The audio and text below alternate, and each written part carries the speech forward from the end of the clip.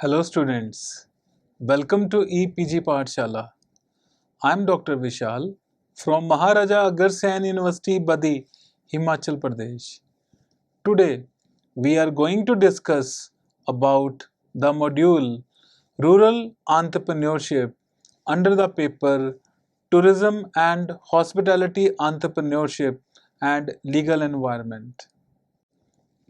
After completing this module, students, you will be able to understand the concept of rural entrepreneurship. You will be able to understand the need for rural entrepreneurship, the problems of rural entrepreneurs, and we will also discuss the role of NGOs in developing rural entrepreneurship. Mahatma Gandhi said, India lives in villages and its true spirit lives in rural areas. India is principally an agrarian economy. About three-fourths of the Indian population lives in rural area, and out of which 75% is still earning its livelihood from agriculture and its allied activities. There is a wide gap between the economic activities of the rural and urban people. Rural population is more or less dependent on agriculture, whereas industries are exclusively located in urban areas. Moreover, the growth in agriculture sector is much slower than industry, which widens the income level gap between both. Further, the relationship between the agriculture and industry has a dependency structure which puts the rural area at more disadvantageous position in terms of gain and thus leads to poverty and backwardness. Therefore, there is a need of the rural development which can best be done through rural entrepreneurship. Now, we will discuss the concept of rural entrepreneurship. Rural entrepreneurs are the one who carry out the entrepreneurial activities by establishing industrial and business units in the rural sector of the economy. Rural entrepreneurship can be defined as entrepreneurship rising at village level, which can take place in a variety of fields of venture such as business, industry, agriculture, and acts as a powerful reason for economic development. Industries coming under the purview of Khadi Village Commission and also known as KYIC are treated as rural industry. According to KYIC, village industry or rural industry means any industry located in rural area population of which doesn't exceed 10,000 or such other figure which produces any goods or renders any services with or without the use of power and in which the fixed capital investment per head of an artisan or worker doesn't exceed 1,000 rupees. To enlarge the scope, the definition has been tailored recently by the government. Accordingly, any industry located in rural area, village or town with a population of 20,000 and below and an investment of rupees 3 crore in plant and machinery is classified as a village industry. Village industries have been grouped into 7 categories as follows: mineral based industry, for example, stone crushing, cement industries, red oxide making, wall coating powders, etc. Forest based industry, for example, wood products, bamboo products, honey, core industry making eating plates from leaves. Agro based and food based industry, for example, sugar industries, zazzery, oil processing from oil seeds, pickles, fruit juice, spices, dairy products, etc. Polymer and chemical based industries, for example, manufacturing of aloe vera gel, ball pen ink, agarbatti. Engineering and non conventional energy based industries, for example, agriculture equipments. Textile industry, for example, spinning, weaving, coloring, bleaching, etc. Service industry, for example, tractors and pump setters repairs, etc. Rural entrepreneurship is classified into 4 types of entrepreneurship, that is, individual entrepreneurship, group entrepreneurship, cluster formation, and cooperative. First of all, we will discuss individual entrepreneurship. It is the type of entrepreneurship where the single entrepreneur is the owner or the sole proprietor. The entrepreneur bears the whole risk and is solely responsible for the business decisions. Group entrepreneurship. It is mainly classified into 3 types, that is, private limited company, public limited company, and partnership. Private limited company. In this case, minimum 2 members are required and maximum members are 50. The financial capital is divided into shares and shares are not sold to the general public. Therefore, such companies are generally small in size and are owned by the families. Liability of the shareholders is limited in such companies. Public limited companies. In such companies, minimum 7 members are required and there is no maximum limit. Being a public limited, it can raise money from the general public. There is a separation between the control and ownership. Shareholders are the owners, but they do not take active participation in the running of the business. The control of the business is in the hands of the board of directors. Partnership. In this case, there is no individual owner and the business is handled by partners, maximum of 20. For the partnership, mutual trust is a must and all the partners should complement each other for common goals and objectives. Partnership companies are easier to form and provide large resources, but it has unlimited liability on the partners.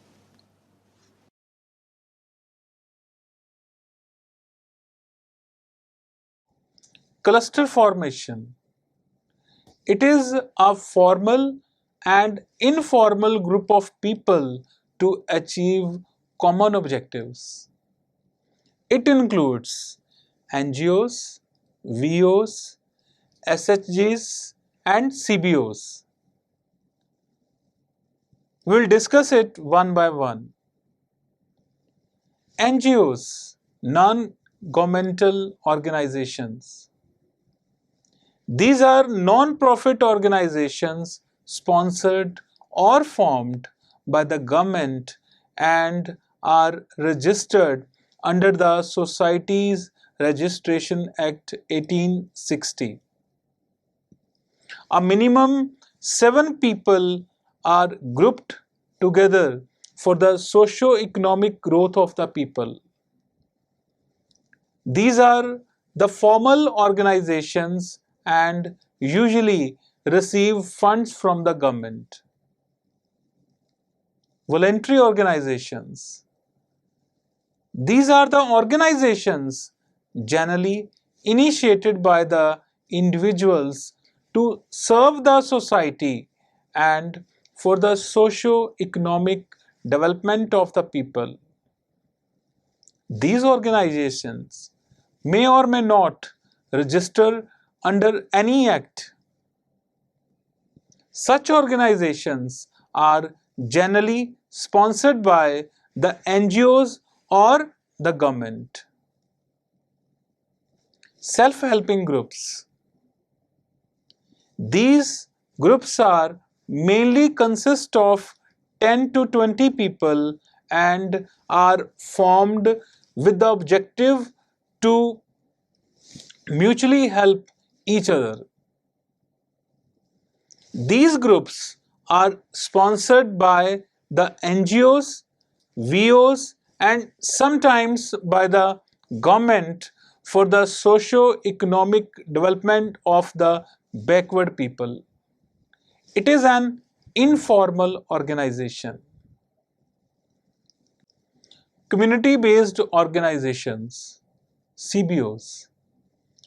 They are informal in nature and are formed with the objective to enhance the bargaining power of the community. People from the common living are or from the common community come together with the common objective of upliftment of the community. Cooperative. According to the International Cooperative Alliance, a cooperative is an autonomous association of persons united voluntarily to meet their economic, social, and cultural needs and aspirations through a jointly owned and democratically controlled enterprise. Need of rural entrepreneurship. There is a need of rural entrepreneurship to develop the rural economy. Rural entrepreneurship is needed because of the following reasons. Employment generation. Rural entrepreneurship is a labor-intensive and requires large number of human resource. Therefore, it has a large potential of employment generation and can reduce the problem of unemployment in rural areas. Income generation. By providing employment, rural entrepreneurship has potential for income generation and thus bridging the gap between the rural and urban disparities. Rural development. Rural entrepreneurship helps in setting industries in rural areas and thus leads to the employment generation and income generation which directly help in rural development. Curbs rural-urban migration.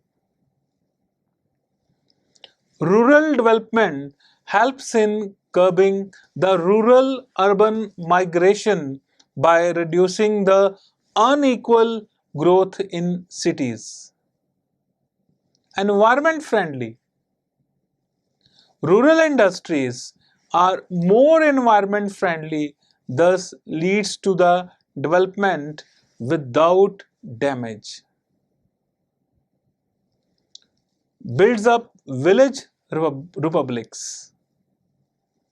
Development of the rural industries serves as an effective means to build village republics and thus make them more independent.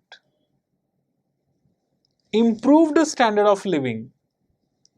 As rural entrepreneurship helps in income generation, which helps in prospering the community and thus improving their standard of living. Balanced regional growth. Rural entrepreneurship directs the concentration of industries in rural areas, which leads to the balanced regional growth. Scope of rural entrepreneurship. Rural entrepreneurship is active and is opening new scopes for the entrepreneurs and are discussed as follows. Rural area has the capacity of small and medium enterprises, and these sectors act as the economy builders by generating employment and income for poor and unemployed people and is contributing more than 52% of the GDP. Moreover, there is a rapid expansion in the small and medium industry arena. Therefore, repair shops, service centers, PCO, internet cafe, hiring of agriculture implements and tractor, computer and other skill training centers have good scope in cluster of villages. Entertainment, cable TV, rural tourism and amusement parks are also some of the potential areas for rural entrepreneurs in service sector. Various development programs are being executed through Panchayati Raj institutions who are engaging contractors for civil or mechanical works.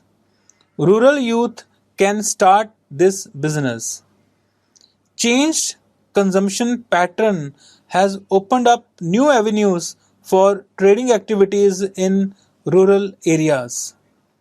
Rural areas are also using large amount of agricultural products like fertilizers, seeds, pesticides and insecticides, etc.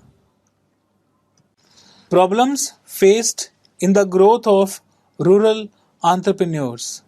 Rural entrepreneurs face large number of problems like illiteracy, risk factor, improper training and experience, limited purchasing power and tough competition from urban entrepreneurs.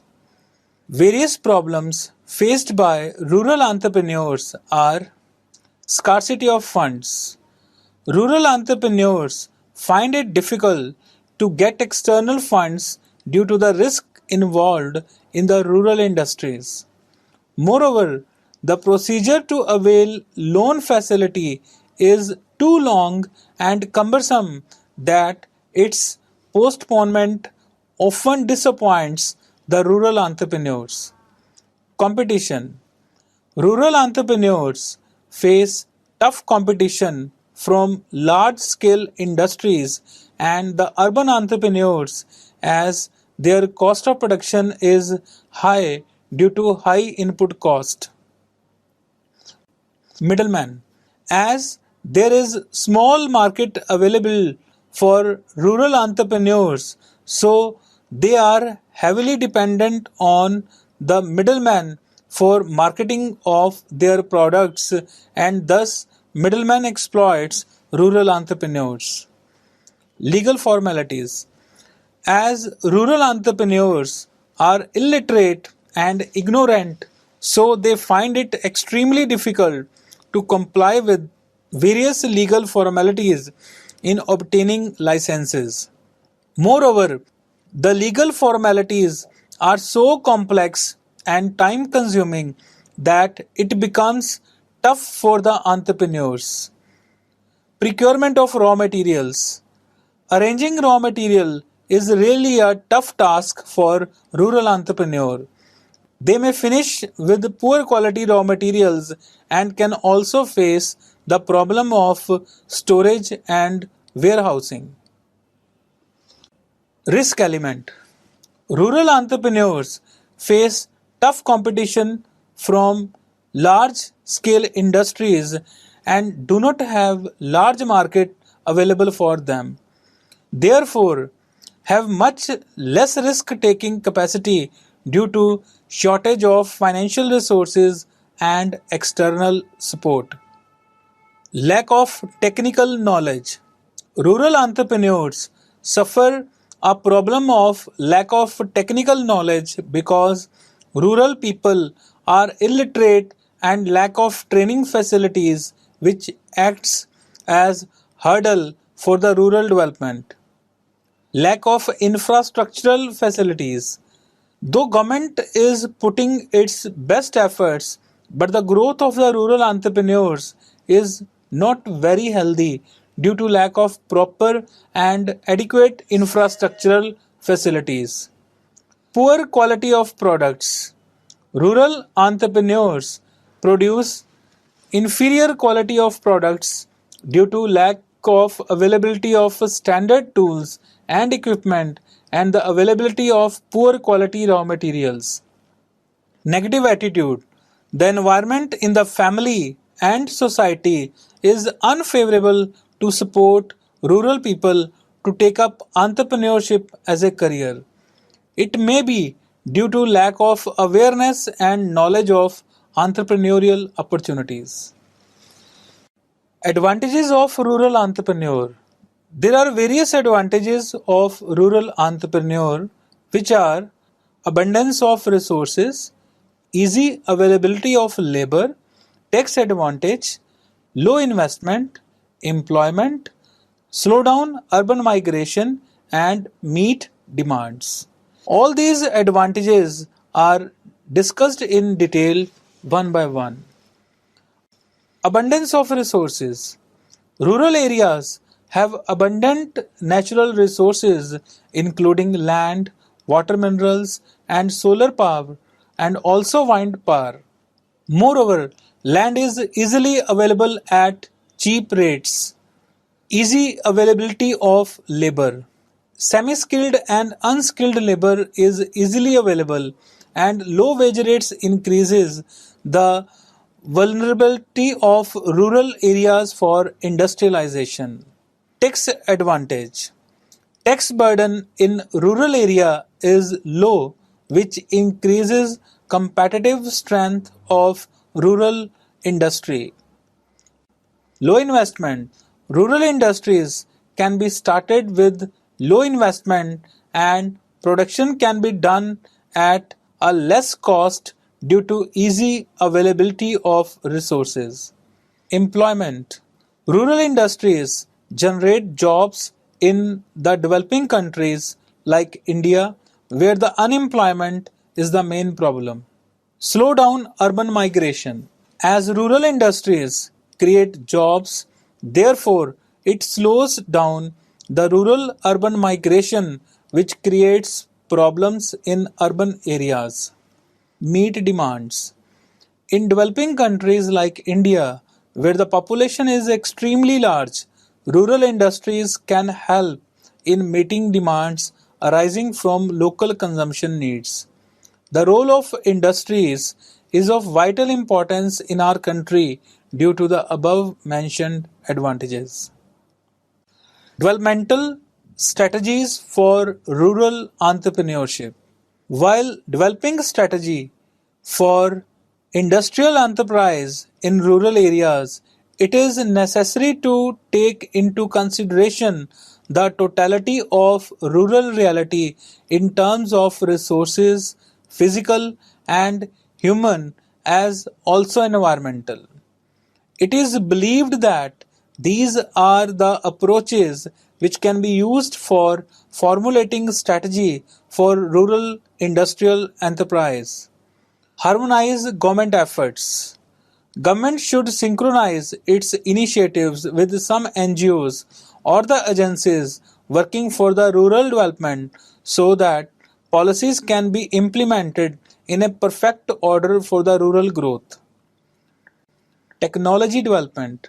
Provisions should be made to provide the rural population with the latest technologies so that rapid development can take place.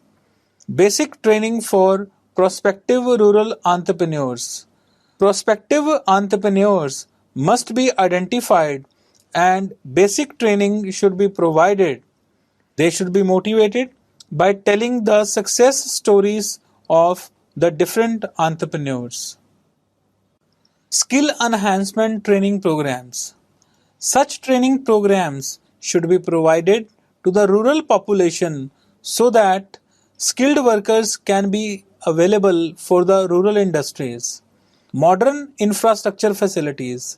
It is necessary to create modern infrastructural facilities in the rural areas so that entrepreneurs can be attracted. Credit supply. Banking and non-banking agencies should provide the funds at cheaper credit and at short terms and conditions. Coordination between small and large industries. Collaborations should be encouraged between small and large scale industries so that cheaper products made by small industries can be marketed at large scale.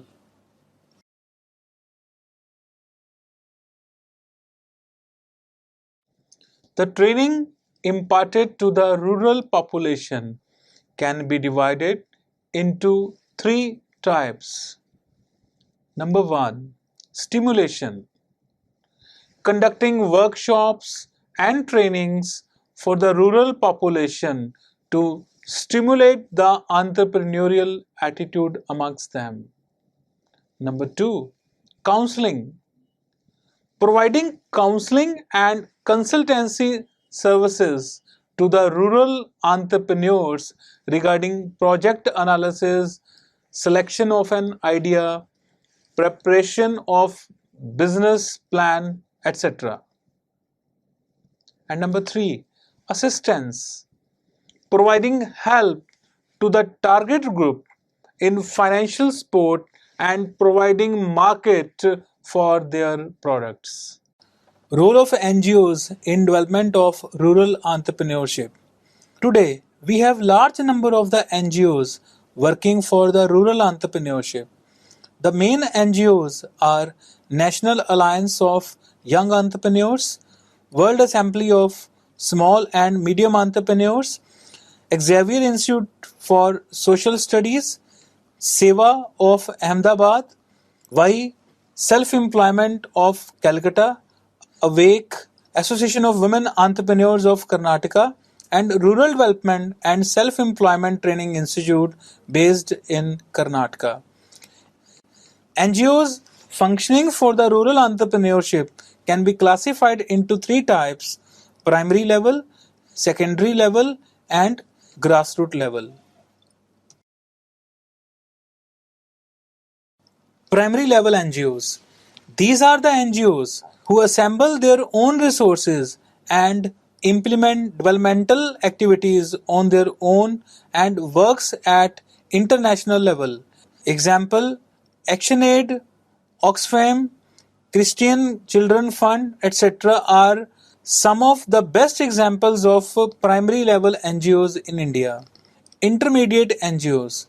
These are the NGOs who arrange funds from the external agencies and impart training and conduct workshops for the target group. Example: Seva and Awake are examples of intermediate NGOs. Grassroots level NGOs. These are the NGOs who make direct contact with the target group and work at the grassroots level. Example: such NGOs are Rutsati's Anarde Foundation, Indian Institute of Youth Welfare of Maharashtra, etc.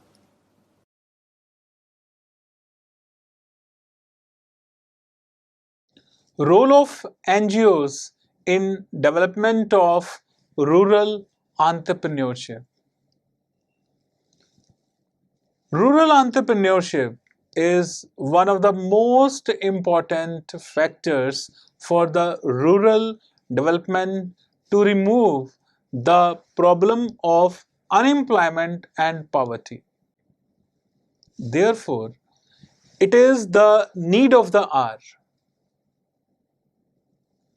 Government has taken many initiatives for the rural development and started various self-employment and poverty alleviation programs like Pradhan Mantri Rozgar Yojana, IRDP, TRYSEM, etc., which proved ineffective due to the improper execution of the programs.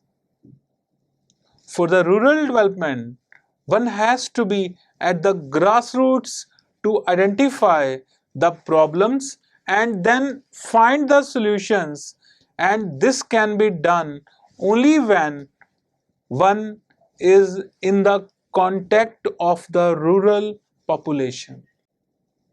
Such a situation necessitated the need of the NGOs to join hands with government and find the problems, and thus helps in the execution of the programs implemented by the government. Government therefore collaborated with NGOs to reach the actual problems of the rural population. The NGOs can prove to be a boon for rural entrepreneurship due to the following reasons. NGOs works at the grassroots level so they are near to the rural population, which helps in understanding them well. Their experiments with the community can help in developing policies. Working of the NGOs is flexible, so they help in formulate appropriate solutions and can tailor to meet the individual needs. NGOs concerns with the rural poor so can reach at the remote locations where it is not possible for the government to reach.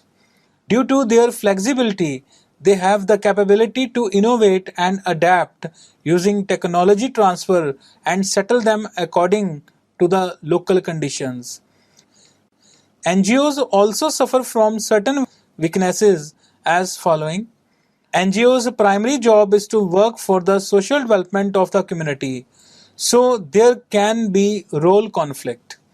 NGOs have limited capacities, therefore their projects are limited in area. They are dependent on other agencies for funds, therefore donor pressure may create problems. The NGO's structures are becoming bureaucratic in nature, leading to the reduced efficiency in the overall development. In spite of the weaknesses, the role of NGOs in entrepreneurship development cannot be undermined. There is a large number of evidences which shows that NGOs in India have succeeded largely in imparting entrepreneurial skills among the weaker sections of the society. So students, let's now summarize what we have learned in this module. Rural area has a widened potential which can be harnessed by developing appropriate strategies for the rural entrepreneurship. Rural entrepreneurship has incredible opportunities, but due to lack of infrastructure and awareness, people don't prefer rural entrepreneurship. Moreover, the glamour of urban life has so widened that people prefer to migrate to urban areas than starting enterprise in rural areas. Coordinated efforts of government along with various agencies are required to achieve the goal. Therefore, rural entrepreneurship will help in developing the rural area by employment and income generation and thus developing the economy. Thank you very much.